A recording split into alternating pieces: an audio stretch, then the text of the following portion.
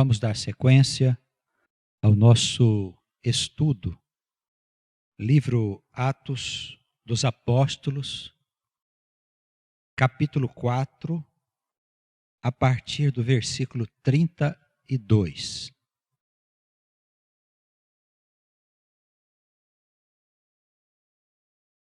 Vamos à leitura do texto. E era o coração e a alma da multidão dos que criam, e ninguém dizia que coisa alguma do que possuía era sua própria, mas todas as coisas lhes eram comuns. E os apóstolos davam com grande poder testemunho da ressurreição do Senhor Jesus, e em todos eles havia abundante graça. Não havia, pois, entre eles necessitado algum, porque todos os que possuíam herdades ou casas, vendendo-as, traziam o preço do que fora vendido e o depositavam aos pés dos apóstolos. E repartia-se a cada um segundo a necessidade que cada um tinha. Então José, cognominado pelos apóstolos Barnabé, que traduzido é filho da consolação, levita natural de Chipre, possuindo uma herdade, vendeu-a e trouxe o preço e o depositou aos pés dos apóstolos. Amém. Irmãos, nós estamos aqui diante de uma narrativa que nos mostra como que funcionava a igreja dos primeiros séculos. Ou seja, qual era o modelo de vida que os apóstolos tinham desenvolvido, interpretando a doutrina de Jesus. É um modelo de vida. E este modelo de vida, que era uma vida comum, ele não existe nas igrejas dos nossos dias. Isso devido a nós vivermos mergulhados num sistema aonde cada um tem as suas próprias coisas. É o que se chama de propriedade privada. Desde a época dos apóstolos até os nossos dias, nós temos uma história aí de cerca de 2000 anos, em que a sociedade ela foi se desenvolvendo, os seus sistemas de vida, o domínio da igreja sobre o Estado. Nós temos uma história bastante já desenvolvida e conhecida dos que estudam mais, né? Dos que estão nas faculdades aí. É uma história conhecida. E a gente sabe que desde que se desenvolveu a indústria, né? Que houve a Revolução Industrial, já perto da nossa época, esta situação em que cada um tem as suas coisas se tornou ainda mais aguda. E nós temos hoje sistemas políticos em vários lugares do planeta, mas o que predomina aqui no mundo ocidental é o que chamamos de capitalismo. E o capitalismo ele se fundamenta na propriedade privada. Quer dizer, você tem o seu negócio, você tem os seus lucros, você paga os seus impostos e os governos, pelo menos em tese, devem retribuir com segurança, com estudo e com outros benefícios para aquela sociedade. Nos nossos dias, as coisas funcionam desta maneira. E podemos afirmar, com toda certeza, que o capitalismo não é o estado desejado, pelo menos no ponto de vista de Cristo. Não é?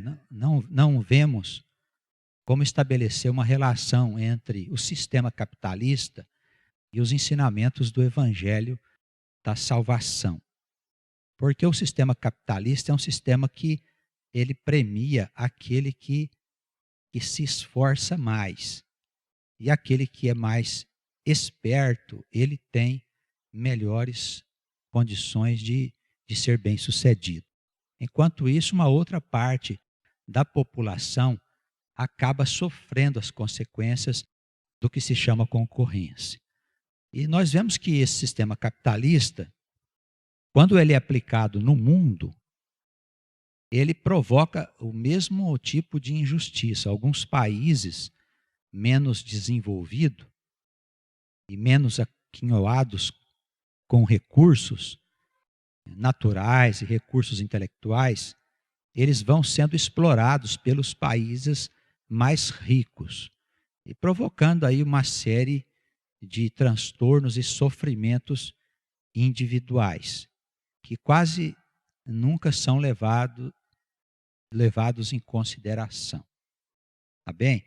Então, o capitalismo é um sistema em que as medidas dele considera apenas aquilo que é um resultado coletivo. Não quer o capitalista saber se tem alguém que está fechando o seu negócio, ficando sem a sua casa, sem a sua família, sem condições de dar alimento aos seus filhos. Para isso, o capitalista diz que existe governo, que o governo é que deve cuidar dos que passam necessidade. Então, deve ficar bem claro para nós, irmãos, que a situação que hoje nós estamos vivendo no mundo, ela não deve durar muito tempo mais. Isso porque o capitalismo ele traz em si mesmo o germe da própria destruição. Chega uma hora que não se consegue mais manter estáveis os elementos que constituem o capitalismo. Nós estamos vendo hoje no mundo uma situação em que o mercado internacional está descontrolado.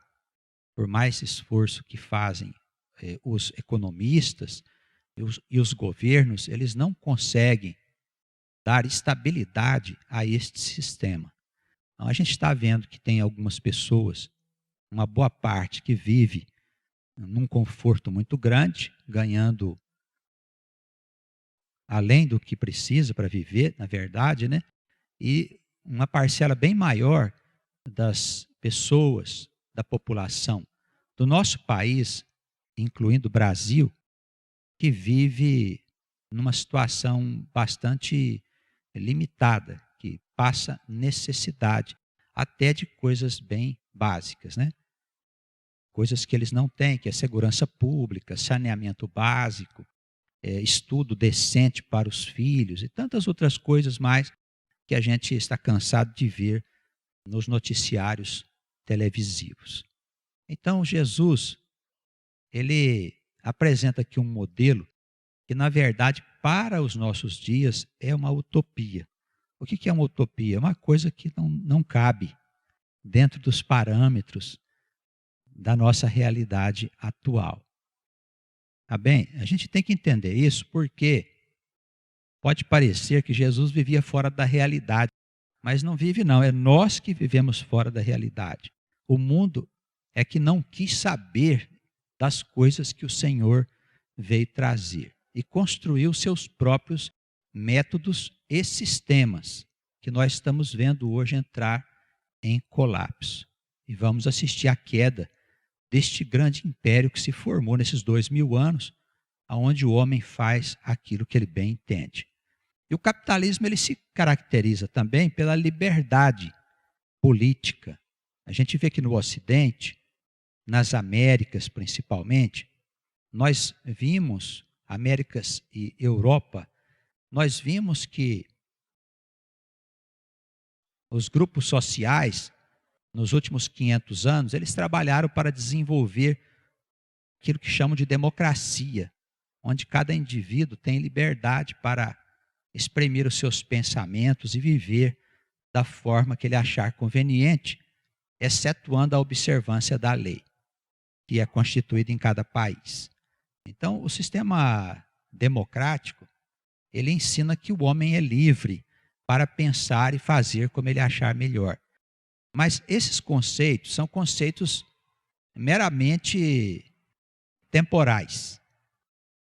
Como o homem desconhece a realidade da sua existência, ele não sabe quem é. Ele não sabe de onde veio, o que está fazendo aqui, nem para onde ele vai.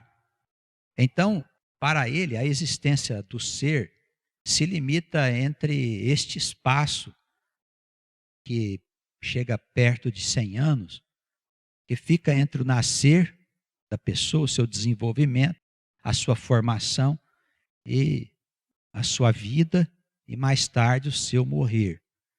Para o mundo materialista e temporal, a existência é isso. Eles não sabem o que há antes do ser nascer aqui e nem se sabe o que vai acontecer depois que o sujeito morrer. O mundo é um mundo atrasado. É um mundo dominado por um espírito de atraso que gera muito sofrimento para as individualidades, que nós estamos vendo hoje. O produto do capitalismo é prostituição, é crime, é problemas com bebida, problemas com cigarro, problemas com droga, que a gente vê sendo usado em larga escala. E as pessoas, evidentemente, com razão, do ponto de vista da carne, do ponto de vista da matéria, elas querem ter liberdade para fazer o que quiser da sua vida. Elas estão certas, se a vida é mesmo nascer, crescer, desenvolver, comer, viver, gozar e morrer, não vejo por que cada um não deva fazer o que quer da sua vida. Vocês concordam? Se a vida é isso mesmo, dizia Paulo, vamos comer e beber, porque amanhã morreremos. Então, na nossa escritura, todas essas considerações foram feitas antes de ter nascido a Revolução Industrial e o capitalismo como nós conhecemos. Os irmãos percebem que o Senhor já previa estas coisas, mostrando o que era uma situação que é a vida temporal e mostrando aquilo que ele veio trazer para nós. O que é que ele veio trazer para nós? Uma consciência acerca de quem nós somos.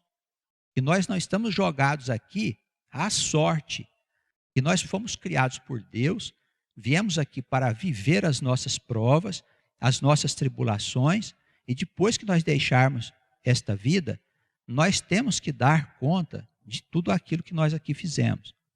Haverá consequências para a nossa alma depois desta vida. O que o homem não sabe é que essas consequências são muito sérias.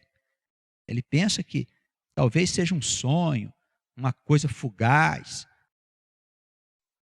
Não sei, depois eu vejo. O que acontece é que o indivíduo ele é transferido pela morte para um outro lugar, uma outra região.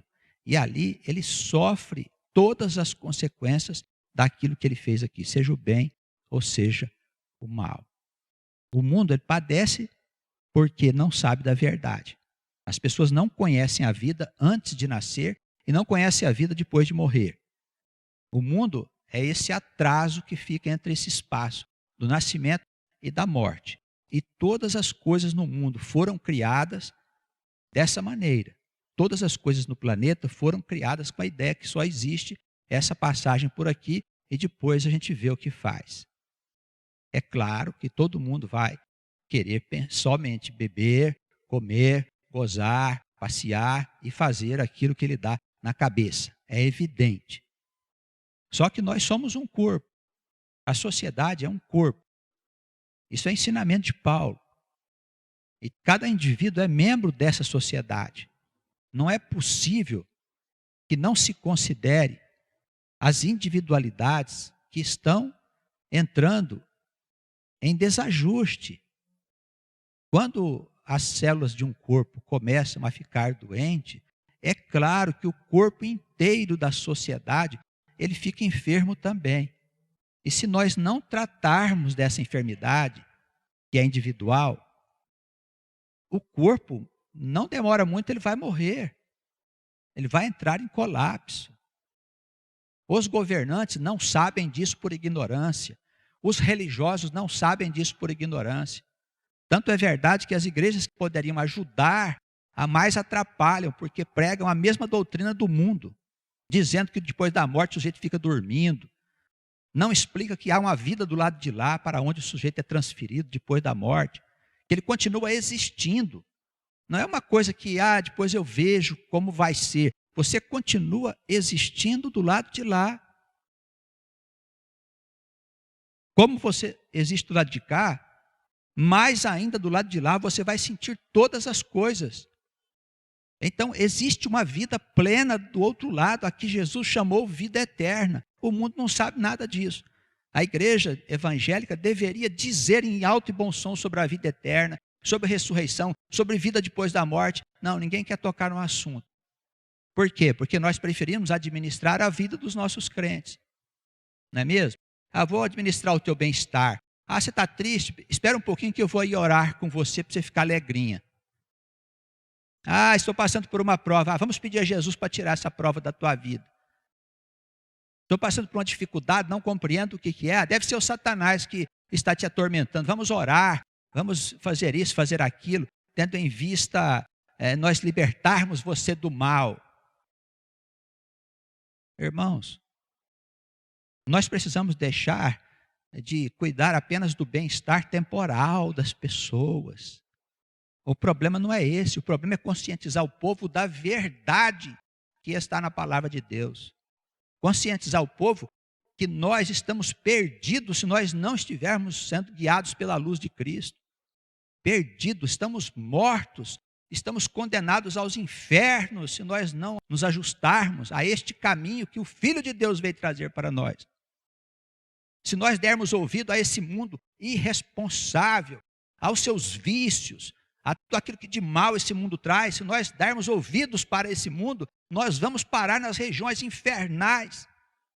E lá, irmãos, nós vamos passar sede. Como passou aquele rico lá que não quis saber de ajudar ninguém. O Lázaro estava lá na sua calçada, passando necessidade. Ele passava em cima do Lázaro todo dia, não via o seu sofrimento. Vivia nababescamente com as melhores roupas, nas melhores casas, comia e bebia dissolutamente. Resultado disso, foi parar nos infernos.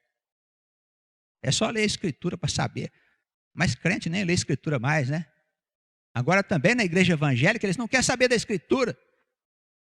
E os pastores não fazem a mínima questão de ensinar o povo a ler a Escritura. Sabe por quê? Porque a Escritura prega contra eles. Essa é a verdade. Porque eles só querem saber de tratar da vida temporal, da vida que acaba, da vida eterna as pessoas não querem tratar. Por quê? Porque para falar de vida eterna, nós temos que afetar os interesses dos crentes. Nós temos que falar verdades que os crentes não querem ouvir. Nós temos que dizer que os crentes são indiferentes às coisas de Deus. Que eles preferem viver as coisas do mundo. Estão na igreja, mas vivem lá de braço dado com o inimigo de Deus. E se nós falarmos as verdades que nós temos que falar para os crentes vão embora da igreja. E se eles vão embora da igreja, eles não dão dinheiro para a igreja. Não pagam os seus dízimos. E os pastores vão passar fome. Essa que é a verdade. Mas quem faz isso de caso pensado pode saber que vai passar fome no inferno, sendo pastor ou não. Porque o nosso papel de pastores é anunciar a verdade de Deus. Doa a quem doer. Ela dói até em nós ou não? Então, irmãos, a igreja que poderia ajudar o homem a se libertar, escraviza o homem. Ensinando doutrinas que são doutrinas de homens. Querendo ensinar prosperidade para as pessoas, que Deus vai dar prosperidade para você pagar para Deus poder retornar a você as coisas que você der para Ele. Isso são doutrinas de espíritos mentirosos, enganadores. A igreja de Jesus é uma igreja pobre, é uma igreja sofrida. Como é que nós queremos ter riquezas dentro da igreja de Cristo? Fala para mim, irmãos. Se nós quisermos riquezas, se nós estamos pensando nisso, nós estamos envolvidos por esse sistema que está aí dentro do mundo. É onde todo mundo quer ganhar, onde todo mundo quer ter, onde todo mundo quer gozar. Aí tiveram a brilhante ideia de dizer que Deus pode dar essas coisas que o pessoal gosta. Veja se a doutrina ensinada por Cristo tem alguma coisa a ver com isso. Ele dizia que não tinha onde encostar a cabeça. Os apóstolos repartiam tudo que eles tinham com as pessoas. Chega numa igreja dessas ricas aí, pede para eles repartir com os pobres as propriedades da igreja. Vamos ver se eles vão repartir. O que mostra que eles não estão interessados nos pobres. E nem no povo que está sofrendo, passando fome, passando necessidade, irmãos. Estão interessados em ajuntar mais e mais para os seus gozos terrenos e carnais. Mas quem se preocupa com isso vai parar no inferno, tenha certeza disso.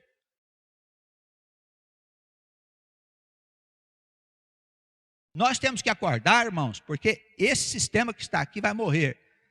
Quem estiver de braços dados com ele vai morrer também. A palavra que nós acabamos de ler em Atos aqui é contra esse sistema. É contra.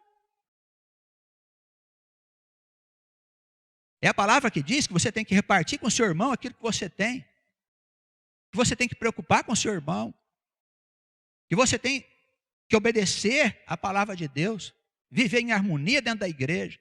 Preocupado com o teu irmão, que é a tua família. Nós não podemos premiar o individualismo, irmãos. Essa é a doença do nosso século. As pessoas acham, as pessoas querem dar palpite dentro da igreja, as pessoas querem falar o que elas pensam. Ora, irmãos, vocês vão acabar no inferno com as coisas que vocês pensam. Você tem que ir na igreja para escutar a palavra de Deus sendo pregada pelos homens enviados de Deus, para poder tirar você do pecado, das suas ilusões, das mentiras que estão na sua cabeça. Você acha que o crente vem na igreja para quê? Vem na igreja ouvir a palavra de Deus, que vai acabar com as suas vaidades, que vai dizer que você não é coisa nenhuma sem Cristo. E que você precisa honrar o nome de Jesus, porque Ele morreu na cruz para a tua salvação.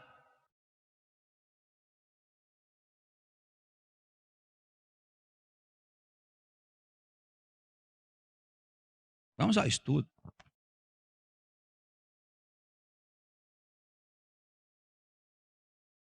Esse modelo que ele fala aqui é um modelo totalmente diferente dessa vida que nós temos hoje, de individualismo e de propriedades privadas. Totalmente diferente. A pergunta que eu faço é: será que nós somos capazes de sair dessa situação que hoje nós vivemos e passar para um tipo de vida em que as nossas propriedades, elas são na verdade de Deus e de toda a irmandade? É possível a gente fazer isso? É possível? Você acha que você pode dar os seus bens para a igreja de Cristo por causa dos irmãos? Nós temos que refletir, irmãos, porque vai chegar uma hora que Deus, com toda certeza, vai levar o seu povo a viver como um povo e não como indivíduos. E aí, nesse tempo, a gente vai ter que repartir as nossas coisas com o nosso irmão que estiver passando necessidade. Porque a igreja é isso, a igreja é vida comunitária, a igreja não é outra coisa, não. Igreja existe para cuidar da comunidade de irmãos que fazem parte do seu corpo.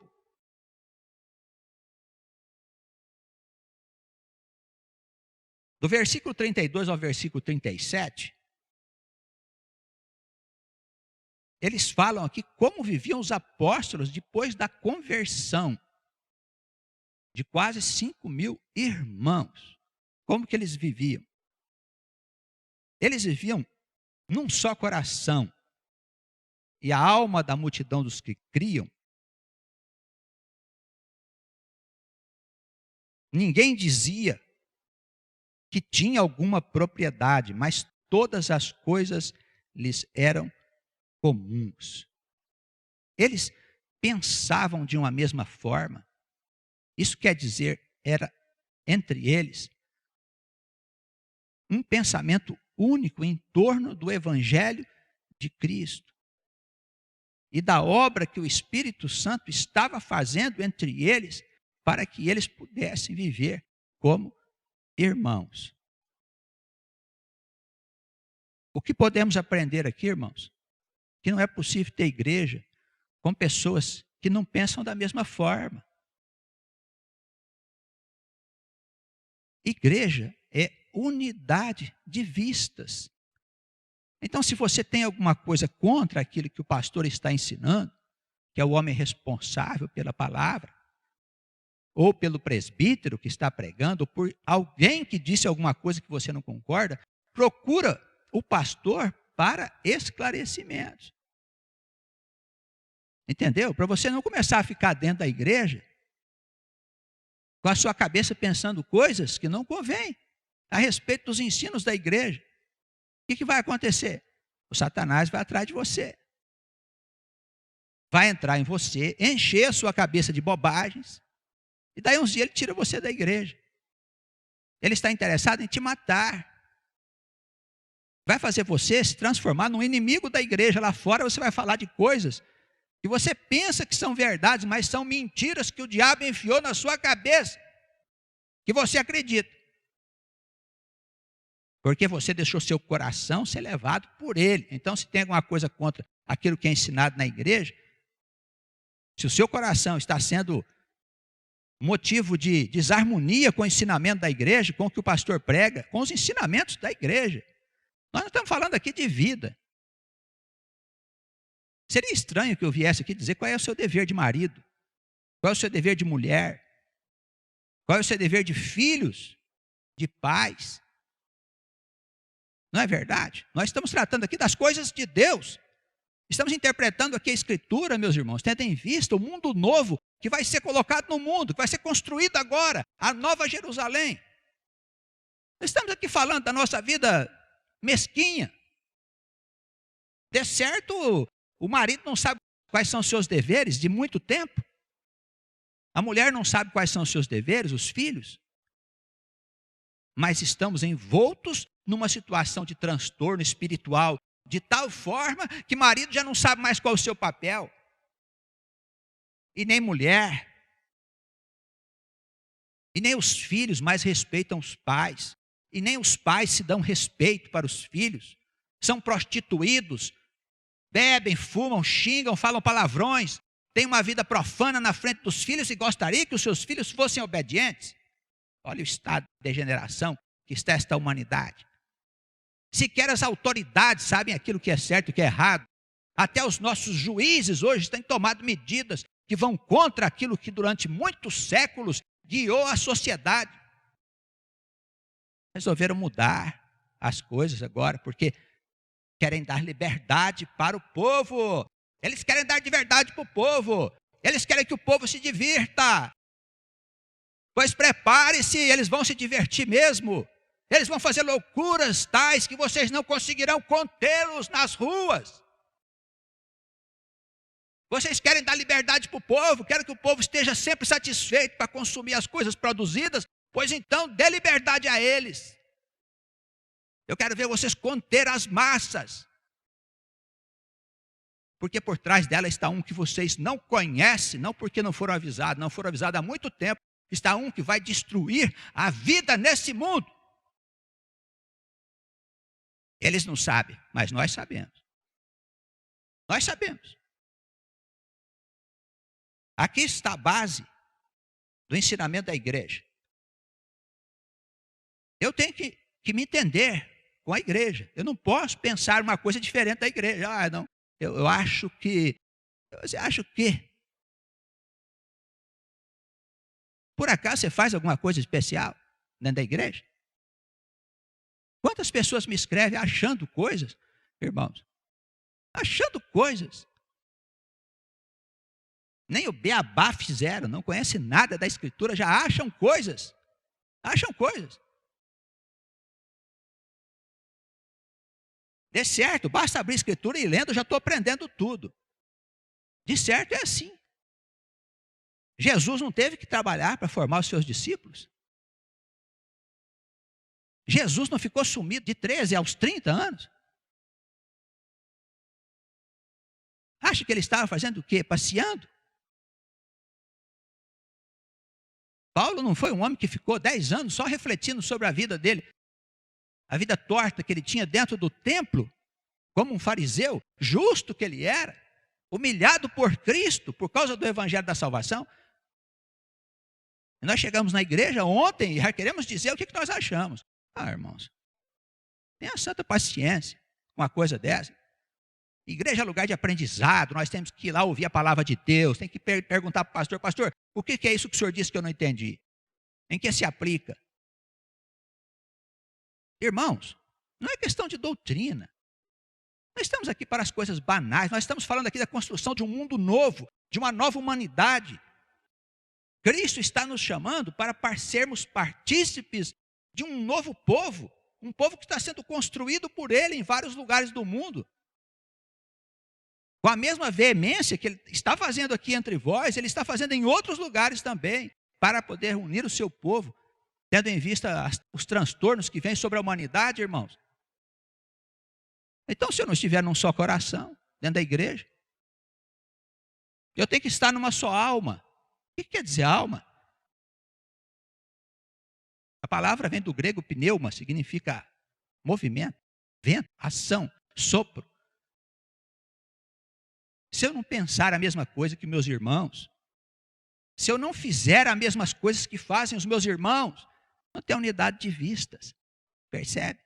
Não adianta nada. Eu tenho um negócio lá fora, aqui dentro da igreja eu penso uma coisa, lá fora eu faço outra. Eu estou fugindo da unidade de vistas dos meus irmãos lá da igreja. Unidade é o que nós precisamos ter. De outro modo, nós não vamos sobreviver. Olha, se você acha alguma coisa, fale com o pastor. Se há alguma coisa errada dentro de você, fale com o pastor. Antes de você fazer alguma coisa grave que vai mudar a sua vida, fale com o pastor. Não venha trazer a novidade depois que você já fez. Por quê? Porque a igreja, ela é uma comunidade.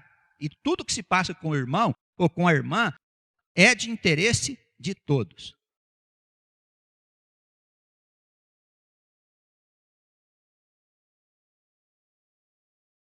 Esse versículo 32 aqui, já começa jogando areia no negócio do capitalismo.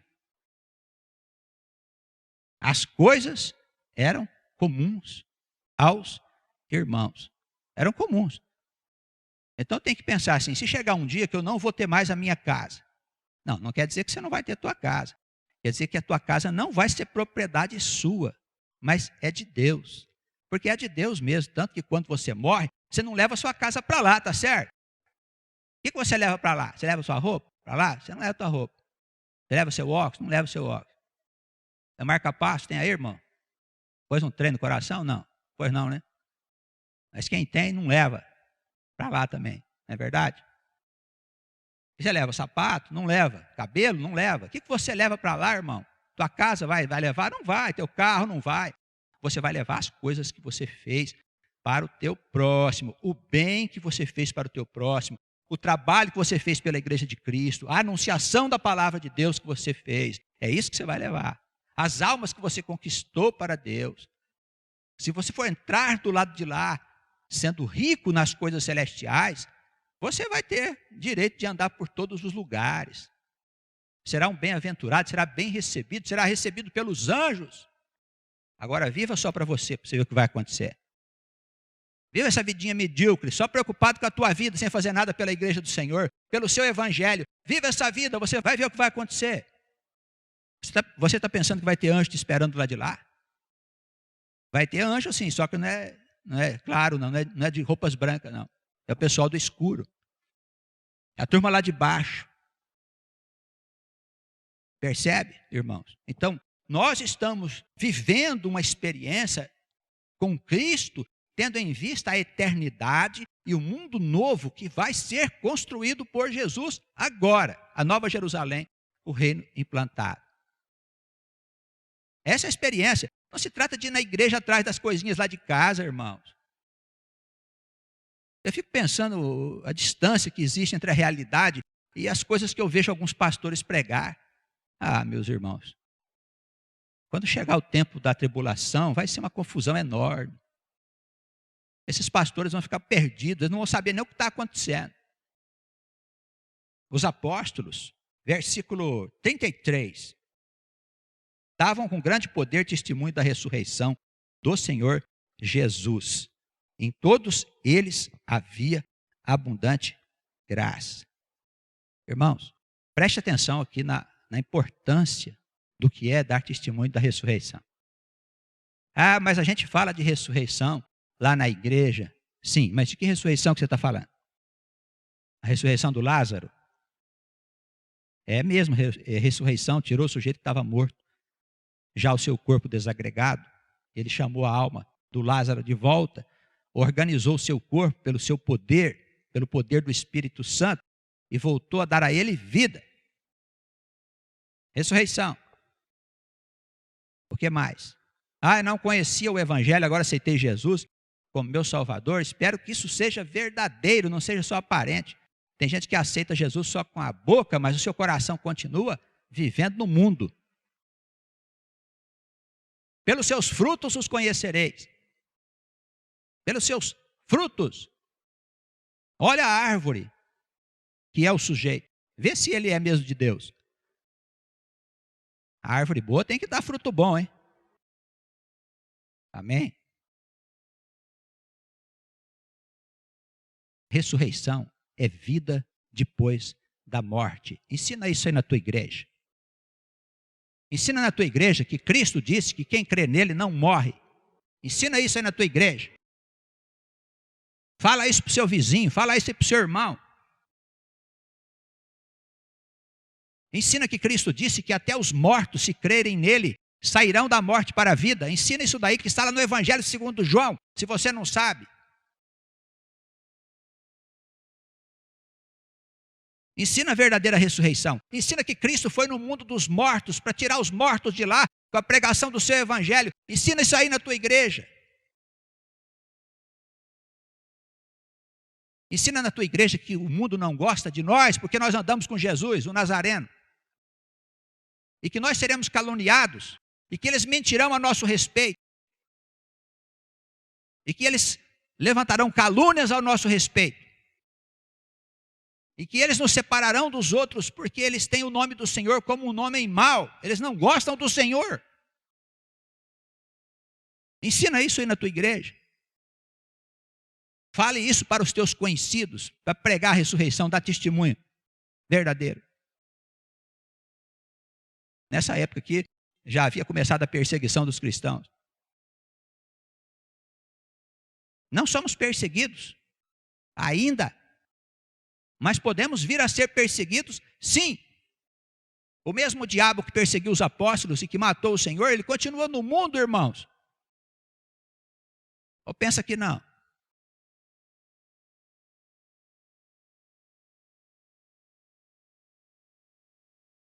A importância nós darmos testemunho da ressurreição. E a ressurreição, irmãos, tem que estar sempre na nossa cabeça.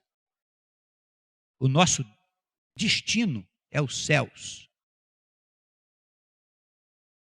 O nosso negócio com Deus é ir para o céu.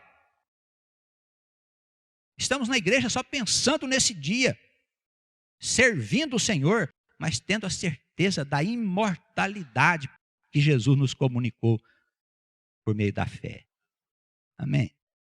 A igreja é uma coisa elevada, irmãos. A igreja não é coisa baixa. A igreja não trata de assuntos miúdos. A igreja trata de assuntos que são eternos. Igrejas que tratam de individualidades. Profetas que ficam profetizando sobre a vida pessoal das pessoas na frente da coletividade. São profetas mentirosos.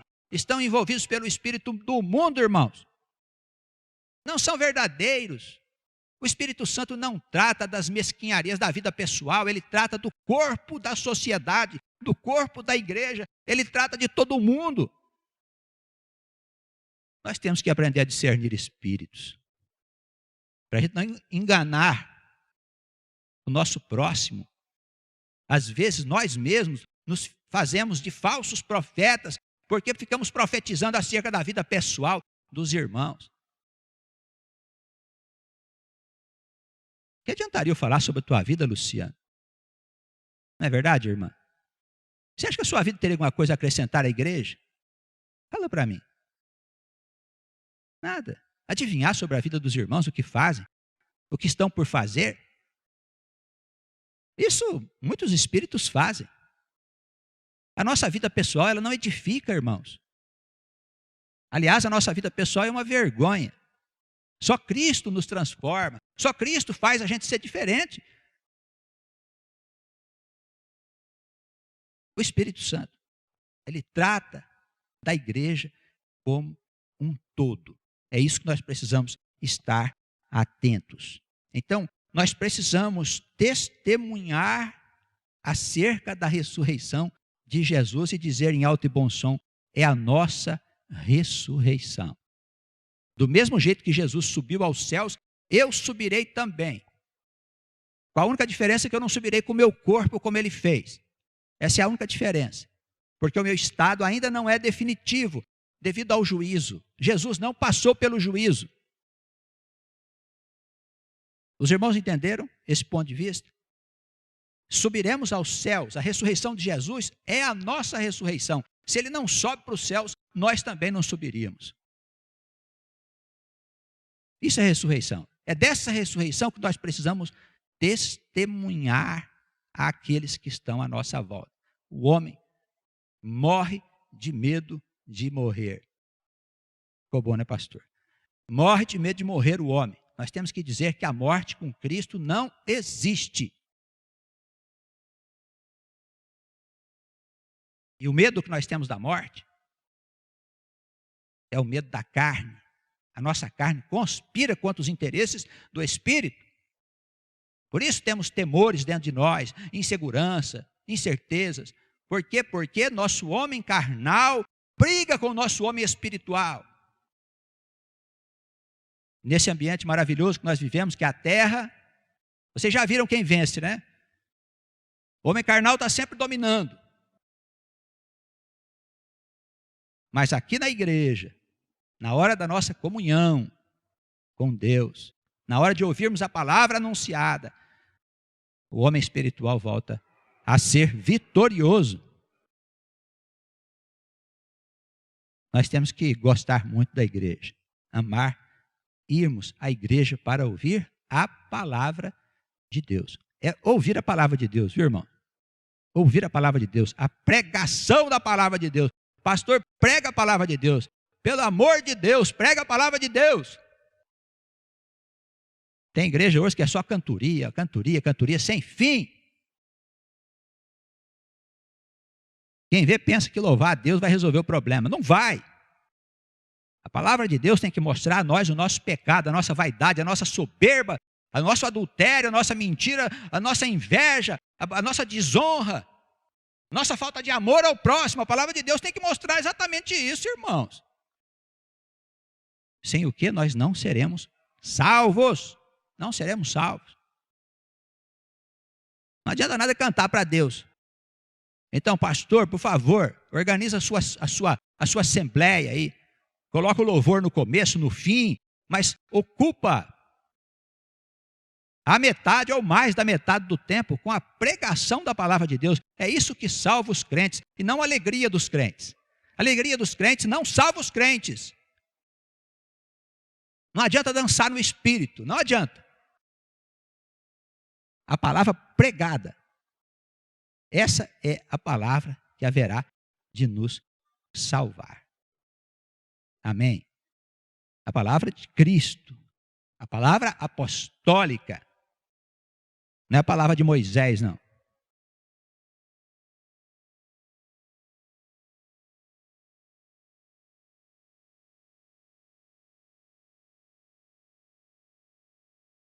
Entre eles havia abundante graça. Não havia necessitado algum, porque todos os que possuíam herdades ou casas, vendendo-as, traziam o preço do que fora vendido e o depositava aos pés dos apóstolos. Olha, eu já vi pastor usar isso aqui para falar para as pessoas vender as coisas e dar para a igreja. Isso não é assim não, viu? Nós estamos falando aqui de vida comum. esses pastores que falam essas coisas, eles não distribuem os bens da igreja com ninguém. Perceberam, os irmãos? Então, para a gente colocar aí nos pés do pastor, tudo bem. E a divisão entre a irmandade, como é que vai ser? E os que estão passando necessidade, eles podem vir na igreja pedir socorro para o pastor? Vai ajudar a pagar o aluguel atrasado? As contas do irmão que estão vencidas, ele está desempregado, a família que está enferma, a igreja vai cobrir alguma despesa dos irmãos ou não? Isso aqui é vida comum, hein? Quem distorcer essa palavra aqui para poder amealhar dinheiro para a sua organização, vai parar no inferno. Vai parar no inferno. Quem distorcer a palavra da Escritura para benefício próprio, financeiro, vai parar no inferno, sendo pastor ou não, bispo, seja o que for. Essa palavra é palavra de vida eterna. Essa palavra é palavra para trazer bem-estar para a igreja, para a coletividade. Então distribua os seus bens entre os irmãos. Vê qual irmão está passando necessidade e socorre o irmão. Irmão, você que está passando necessidade, vá falar com o pastor. Pede para ele te ajudar. Ele tem o dever de te ajudar. Não é dever moral, não, é dever espiritual. Está escrito aqui, ó. Querem cobrar dízimos? Cobrem, não tem problema nenhum. Estão lá na lei, mas querem cobrar? Então façam um favor de usar os dízimos para os fins a que ele era cobrado. Ajudar os pobres, as viúvas e os órfãos. Eu estou falando uma coisa muito difícil de entender, irmãos. O que eu preciso fazer para me entender?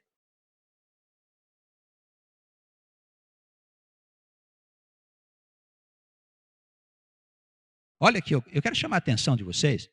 É importante, hein? Nós vivemos mergulhados nesse tal de capitalismo. Preste atenção. As ofertas que eram dadas aqui, ó, quando o sujeito vendia uma coisa dele, não vendia lá um colarzinho de ouro que você tinha, não. Eu vou vender um colar que eu tenho lá em casa, uma joia, e vou dar para a igreja, não. Percebe? É a atitude de desprendimento. É outra coisa, o sujeito pegava a fazenda dele e vendia. A casa que ele tinha. Mostrando que ele tinha entendido verdadeiramente o que é viver entre irmãos. É um testemunho pessoal que o indivíduo tinha. Ele dava o testemunho, não é que os apóstolos pediam para ele vender, não, viu, irmãos? Eles viviam em comum, não tem razão quando a gente vive uma vida comum de nós termos propriedades privadas. Os irmãos concordam? Quem não concorda, por favor, manifeste.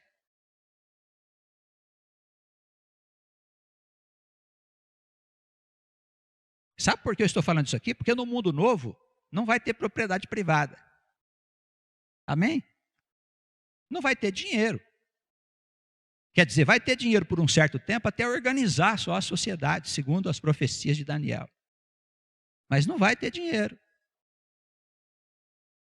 Aí como eu vou viver? Olha, irmãos, tem bens o suficiente para todo mundo viver. Nós vamos nos ocupar de tantas outras coisas, porque há um mundo que precisa ser construído. E quem vocês acham que vão construir? Os filhos de Deus. A geração escolhida, a geração bendita, o povo que Jesus vai preparar para isso. O mundo vai sair de uma situação de atraso, de selvageria, de estupidez, para se mover para uma outra condição. O mundo não vai ser destruído, como pensam alguns legalistas, não. Não vai ser destruído. Senão, como é que os mansos iriam herdar a terra?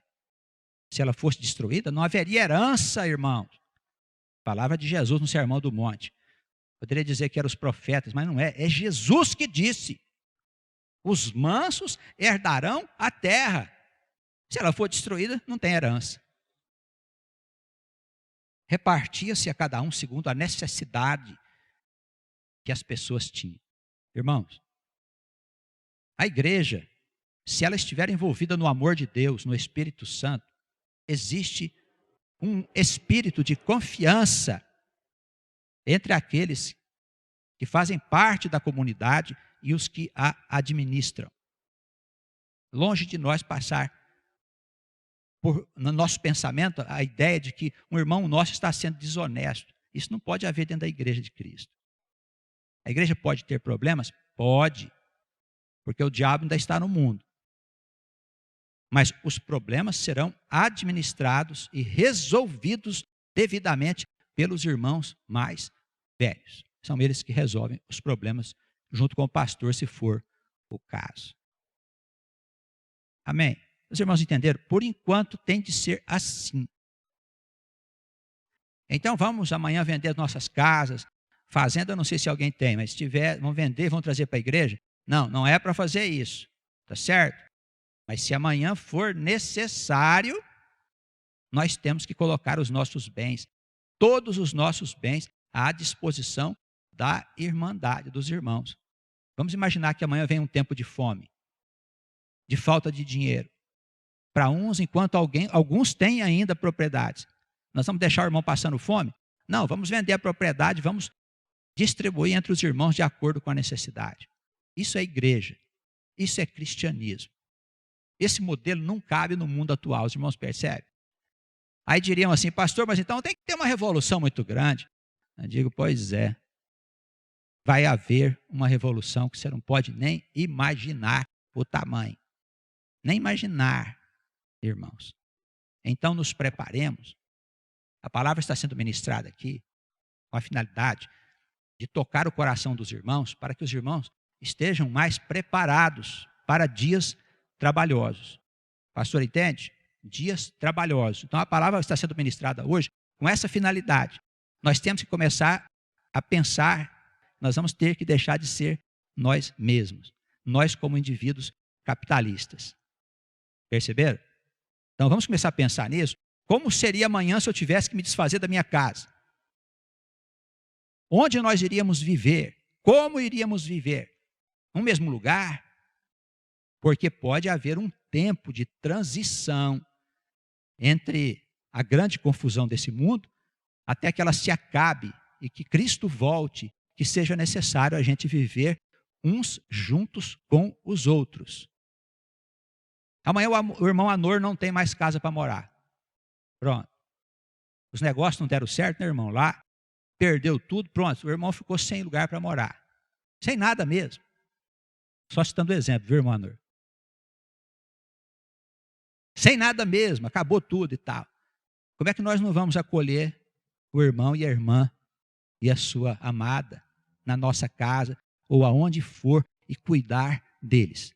Como é que nós não vamos fazer isso se nós somos de Cristo? Ah, seu Alnor, o senhor fez uns negócios errados lá, olha, o senhor se vira. Ué, como se vira? E a igreja? Então pode vir um tempo que algumas famílias da igreja fiquem sem condições de sobreviver. Se isso acontecer, os que têm que repartir com os que não têm. Isso é igreja, isso é cristianismo, isso é Jesus. Isso é um modelo que o mundo não pode compreender, mas nós podemos compreender, porque se for necessário, nós vamos fazer. Amém? Então a palavra ministrada hoje tem este papel de alertar os irmãos para dias trabalhosos. É bom começar a pensar nisso. Encerramos aqui falando do Barnabé, que foi mais tarde companheiro de Paulo. Ele era natural de Chipre, né? Que é uma região fora de Israel. Ele era levita. Nós sabemos que os levitas não tinham propriedades. Mas ele tinha porque ele não era dali, ele era de fora. Então ele vendeu essa sua fazenda. Herdade significa fazenda. Ele vendeu esta fazenda e colocou os recursos diante dos apóstolos para serem usados para a comunidade. Tá bem? Eu peço aos irmãos que pensem direitinho em todas estas coisas que nós conversamos hoje. Porque o modelo de Jesus não é o modelo do mundo. A gente não pode continuar vivendo como se nós fôssemos do mundo. Nós temos que começar a pensar como nós vamos fazer para nós sermos de Jesus. Amém? que a igreja seja abençoada, não só os que recebem a palavra aqui, mas os que recebem em outras localidades. Que a paz do Filho de Deus permaneça nos nossos corações e o Espírito Santo dê coragem a nós, né? Porque é preciso do Espírito Santo para nós ter coragem para começar a mudar o que for necessário. Amém.